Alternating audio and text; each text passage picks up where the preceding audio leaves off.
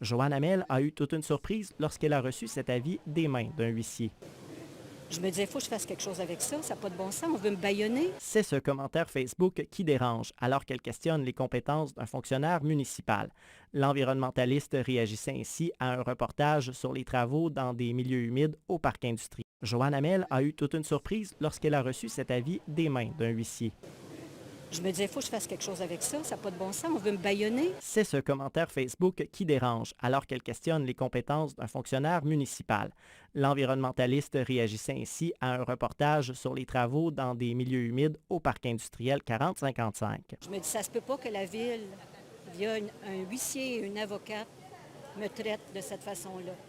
Pour un commentaire que je trouve insignifiant sur un groupe privé Facebook. Dans l'avertissement envoyé à la citoyenne, la Ville estime que son commentaire a pour effet de dénigrer l'intégrité et le professionnalisme d'un fonctionnaire par des propos réducteurs.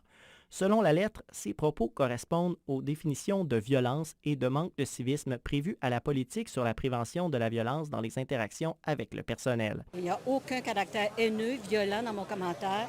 Je ne dénigre personne, je ne nomme personne, je ne comprenais pas l'ampleur de cette lettre-là.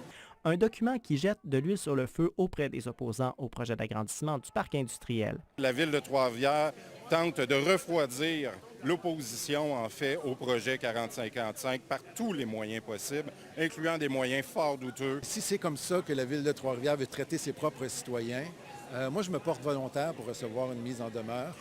J'ose le dire, cette mise en demeure-là, qui est envoyée à une citoyenne, c'est un acte d'incompétence. On a tenté de parler au maire, mais son cabinet nous explique qu'il est impossible de commenter un dossier traité par les services juridiques. Moi, j'ai hâte d'entendre ce que ces gens-là ont à dire. Ils ont décidé de se terrer, pour certains, dans le silence. J'ai pas parlé à des élus actuels, mais mon feeling, c'est qu'ils ne sont pas au courant, qu'ils n'ont pas été mis dans la loupe.